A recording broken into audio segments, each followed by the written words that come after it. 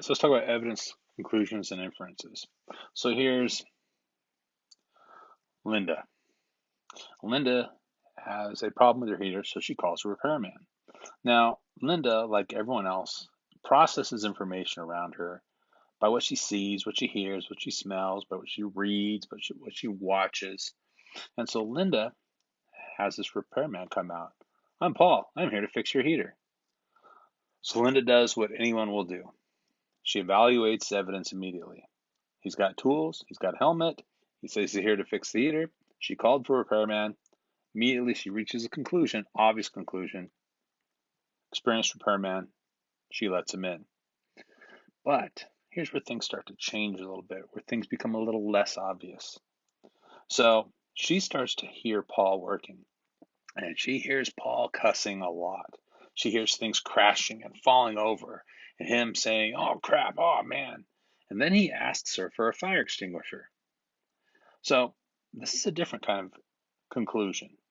She makes an educated guess or assumption based on the subtle information and hints, and she concludes or infers that Paul's a horrible repairman and she asks him to leave.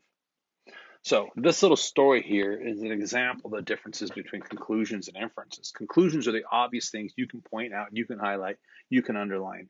Inferences are those gut feelings, that intuition, that reading between the line. So let's look at our definitions here. Let's make all this stuff fade away and fill it in with some simple definitions to work with. So first of all, when we're talking about a story, evidence can be anything.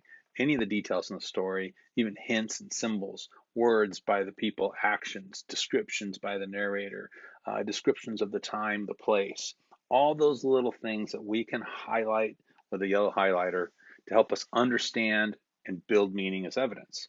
Now, conclusions are the obvious things that we can prove or points we can make from the evidence. Paul was a repairman. He said he was. She called one. He had tools. He had a helmet. These are the obvious things. So when we're looking at a story, these are the obvious things we can point out and see, like right here, it says this.